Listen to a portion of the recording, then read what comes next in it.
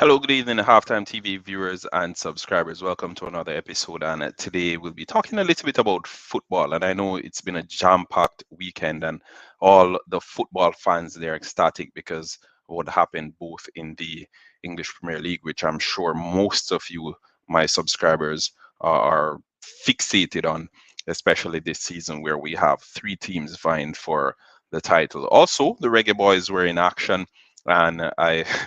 I know because it's a friendly, we didn't have too much excitement around those games, but nonetheless, we'll be talking a little bit about the Reggae Boys game as well. All right, so this video will be just about 10 minutes, I want to say, 8 to 10 minutes. We like to keep them short.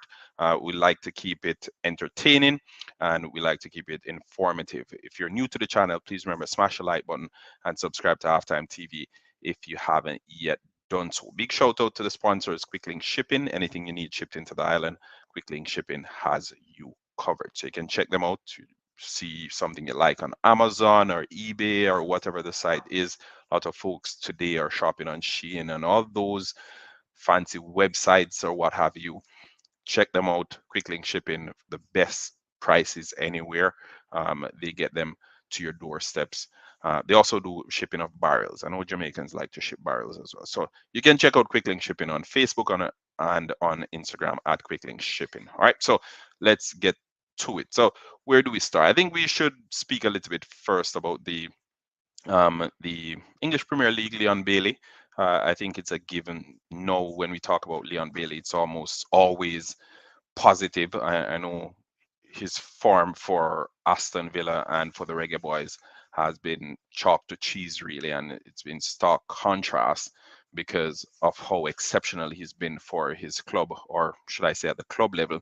And oftentimes, when he comes and he represents Jamaica, that's where the criticisms they come in. And folks like to say Jamaicans are very hard to please, and I like to say it as well because no matter what you do, it's almost as if you can never please the Jamaican fans. All right. So since last November, I think it was, or October, the last serious international break, well, the last international break really, when Leon Bailey played against the Canadian national team in BMO, he's basically continued where he left off in the domestic league, and he's been going from stride to stride himself.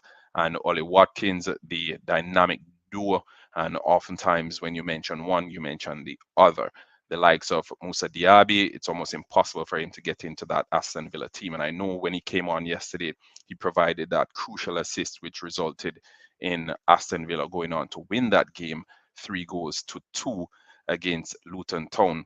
But mind you, or lest you forget, Leon Bailey was the one who supplied the corner to get Ollie Watkins going. And again, it's either Ollie Watkins supplying Leon Bailey or Leon Bailey supplying Ollie Watkins. So lots of goal involvement for Leon Bailey. Obviously, almost one of those seasons where you look back and you say, okay, this is by far his best season in senior football, but it is definitely by far his best season in English football, and I expect him to continue, and I expect him to get even more commendable numbers as the remaining fixtures are played. But the Manchester Derby, we'll speak short a little bit on that as well. What a game that was! Manchester United took the lead, stunning goal from Marcus Rashford, and then Phil Foden basically set the stadium on fire with a scintillating individual performance. And I must say, Erling Haaland missing from 3 yards out will definitely be something that's spoken about for the next couple of days. But Erling Haaland is the type of player where you can't really say too much negative about him because when he misses, he still goes on to score. It's not like Nicholas Jackson, who when he misses, or it stays missed. Um, Erling Haaland, when he misses, it doesn't really dampen his confidence, and he oftentimes goes on to get on the score sheet. All right, so big weekend. Liverpool won. Late winner Darwin Núñez.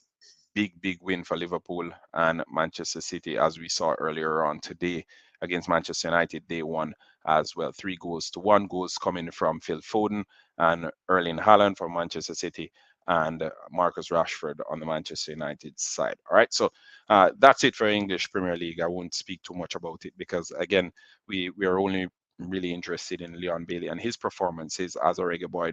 Um, Bobby D Cordova Reid, I must say, he came on as well for his 250th appearance for Fulham.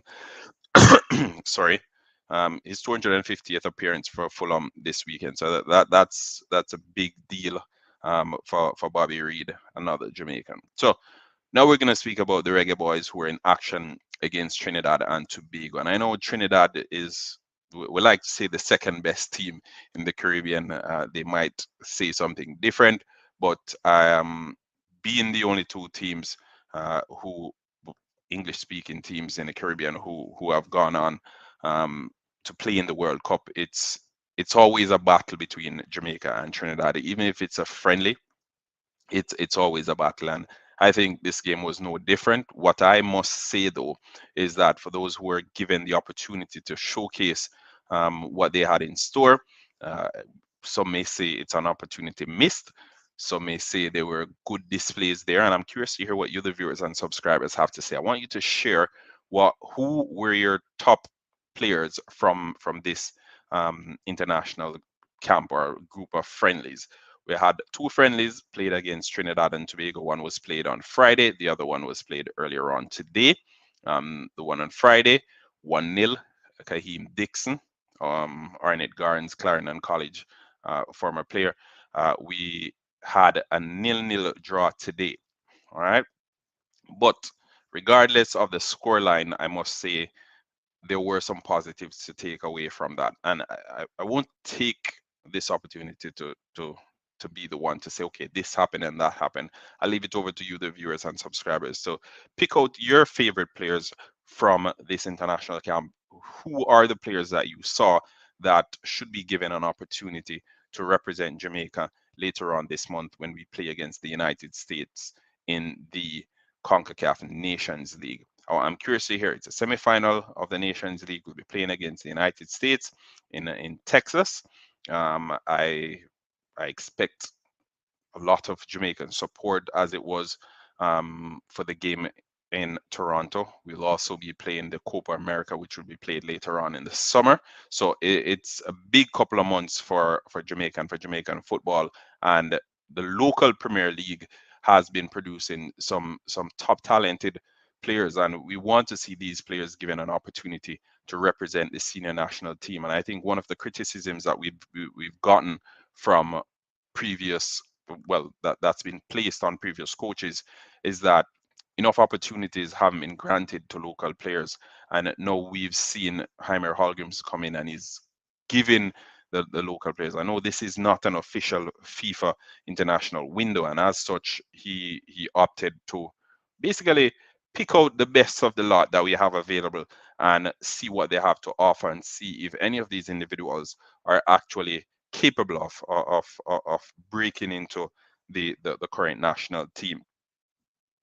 There are positions available for the game against the United States. And what do I mean by this? I mean, there are players that will not be able to play in that game. And as such, I think Hal Grimson is looking to plug that gap. He's looking elsewhere to see where we can lean on players to come in and to have an instant impact. And this was an opportunity. And I'm curious again to hear what the viewers and subscribers have to say about this. Who do you think will be a shoo-in in the national setup come a couple of weeks' time when we face off against the United States of America? I think Shepard, Jamon Shepard, I think Kahim Dixon, like those two a lot, and I think especially Kahim Dixon. We've spoken about Dujon Richards, 18 years old, well, recently turned 18, top talent, was given his debut when he was 17 years old, got on the score sheet, um, 4-1 win. And again, mind you, it was a deflected goal, but nonetheless, it was a goal, but it was a 4-1 win. So folks may say his goal was not as decisive or it wasn't as important or significant in the grand scheme of things. But there are others that would say it's super important because he got on the score sheet in a big game. But Kahim Dixon, I think he is a top player. I think he's a big game player as well. He rises to the occasion. He got the win on Friday, 1-0 win. Although it's a friendly, his goal was a decisive goal in the game against Trinidad and Tobago. And if there are any player to be pulled from this batch, I think it should definitely be, well, I think Kahim Dixon should be amongst those names. And again, he might not have all the flair or the hype around him as we've seen from former strikers or former players, especially from the schoolboy level, who've been propelled into the senior setup. But I definitely think Kahim Dixon should be amongst the next batch of Reggae Boys who are grouping up to play in the Nations League semi-final. But that's my view. Let's hear what you guys have to say. Jamon Shepherd as well. I think again he has a vision of I don't even want to say, I won't even go into that. But he has an immense vision, and I think with the talent he has, he should be there or thereabout as well. But those are my two. I want to hear what you, the viewers and subscribers, have to say. Who, if you could name only two players from this set of players who went on to represent Jamaica against Trinidad, who would those two players? Only two players I want you guys to name and list them in the comment section as well. Who would those two players be? Only two. If you were Coach Jaime Hallgrimson and you could only add two players to the squad to face the United States, who would those be? We'll leave it at that for now. Remember, folks, we will be bringing you coverage of the Issa Grace Kennedy Boys and Girls Championship in a couple of days' time, so stay tuned for that. Turn the notification on if you haven't done so as yet. Subscribe to Halftime TV as well. We will continue bringing you football content. Football is our bread and butter, but again, most times we don't really get the opportunity to bring you as much content as we'd want. But nonetheless, we have a lot of football content coming. We will be in Texas as well for the Nations League game, so look out for Halftime TV there as well. All right, so until next time, folks, have a wonderful rest of your weekend. Take care, and hopefully we'll talk soon. Peace out.